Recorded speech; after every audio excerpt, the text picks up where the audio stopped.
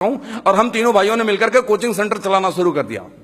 और जब मैं कोचिंग सेंटर चलाता था दोस्त, तो दिल्ली में कोचिंग चलाता था और लोगों के घरों पे पढ़ाने जाता था। बड़े बड़े अमीर लोगों के घरों में जब पढ़ाने जाया करता था तो वहां से सपने बड़े होने लग गए। जब बड़ी जिंदगी देखी, जब लोगों के पास बड़ी बड़ी गाड़ियां देखी, बड़े बड़े घर देखे, तो अंदर से उफान आने लग गया कि मैं कब अमीर आदमी बनूंगा, मेरी जिंदगी में कब ऐसी लग्जरी आएगी लाइफ के अंदर। तीनों भाई बैठ करके बात करते थे कि इस कोचिंग सेंटर को कभी बड़ा रूप देते हैं। हर साल जब मार्च में जब सेशन खत्म होता था तो हम ये विचार करते थे, बैठ करके परामर्श करते थे कि इसको बड़े लेवल पे करते हैं, किसी कमर्शियल कॉम्प्लेक्स में लेकर के जाते हैं और ये जो हजारों की जिंदगी है उसको लाखों में बदल करके लाएंगे। लेकिन जब कभी हम जाते थे बड़ा स्टेप लेने के लिए तो एक बहुत बड़ा चीज हमारे आड़े आता था, दैट वाज फाइनेंस। जब हम जाते थे किसी भी कमर्शियल कॉम्प्लेक्स में जगह देखने के लिए तो बोलता था जी 10 लाख रुपए सिक्योरिटी देनी पड़ेगी, 2 लाख रुपए महीने का किराया बनेगा। टोटल हम जोड़ते थे, अगर 50-60 लाख रुपए हमारे हाथ में है तो थोड़ा सा सिर्फ तरीके से हम स्टार्ट कर सकते हैं। और हम फिर हमारी सोच वहीं पर आकर के रह जाती थी। हम फिर अब उसी डबल स्टोरी विजयनगर में उसी छोटे से 100 गज के इंस्टीट्यूट में हम रह जाते थे और हमारी इनकम फिर वही 25-30 हजार रुपए रह जाती थी। मैं अपने बहुत सारे दोस्तों को देखता हूं कि अपना बिजनेस करना चाहते हैं, बहुत काम करना चाहते हैं, बड़ा काम करना चाहते हैं, लेकिन उनके पास ना तो एक्सपीरियंस होता ना तो पैसा होता। और कुछ वैसा ही मेरे पास था। दोस्त, किसी ने खूब कहा है कि अगर ऊपर वाले ने आपको सपना दिया तो सपना को पूरा करने का रास्ता जरूर देता है। और ये रास्ता मेरे पास आया।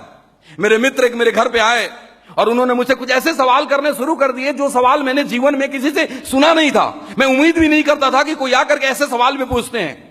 जानना चाहते हैं आप लोग क्या पूछा था उन्होंने?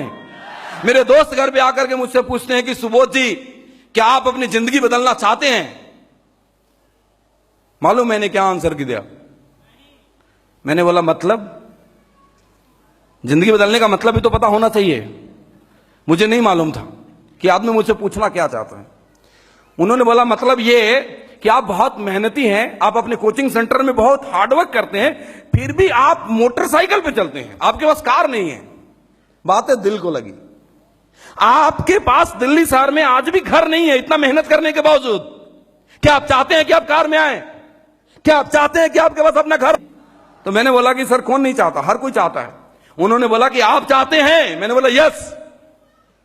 तो चलिए, कल संडे को 15 अक्टूबर 2005 का दिन था। उन्होंने 15 अक्टूबर 2005 को मुझे इसी तालकटोरा स्टेडियम के अंदर इनवाइट करा कि आप आइए मेरे साथ। मेरे पास एक ऐसा अपॉर्चुनिटी है जहां से आपके सारे सपने पूरे हो सकते हैं, जहां से आप कार खरीद सकते हैं, जिसकी बदौलत आप दिल्ली शहर में शानदार घर खरीद सकते हैं, आपकी जिंदगी में बड़ा बदलाव आ सकता है। और दोस्तों, मैं 15 अक्टूबर 2005 को इसी तालकटोरा स्टेडियम के अंदर आया और इसी ऐसा स्टेज के ऊपर हमारे स्वर्गीय श्री श्याम सुंदर जी का डायमंड प्रमोशन हो रहा था। और मैं आप ही की तरह किसी कोने में, वो बेंच पे जगह नहीं मिलने के कारण, नीचे सीढ़ियों पे बैठ करके इस सक्सेस डे को देख रहा था। दोस्त,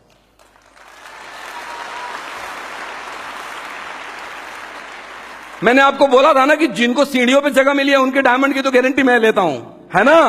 क्योंकि मैं भी सीढ़ियों पे बैठ करके देखा था। और जब मैं इस सक्सेस डे को यहां पे देख रहा था, डायमंड को देखा, तो मेरे अंदर आग लगी। मालूम कैसी आग लगी? जब मैं झंडों के अंदर आते हुए देखा तो मैंने सोचा कि जब वहां पे श्याम सुंदर जी हो सकते हैं तो मैं क्यों नहीं हो सकता? मेरे अंदर आग लगती थी जब मैं बड़े बड़े लीडर को स्टेज के ऊपर आते हुए देखता था। जब मैं देखता था हर सर को, दीपक सर को, मान साहब को, लालमणि जी को, संजय सर को, कि दुनिया रिकॉग्निशन करती है, तो मैं अपने से बात करता था कि क्या इनके माँ बाप ने इनको करोड़पति बनने के लिए पैदा किया और मेरे माँ बाप ने पूरी जिंदगी दूसरे को, बच्चों को पढ़ाने के लिए पैदा किया। दिल से जवाब आता था कि नहीं, अब मिल गया है तुम्हें प्लेटफॉर्म, बदल सकते हो तुम अपनी जिंदगी। और बदल डाली मैंने अपनी जिंदगी।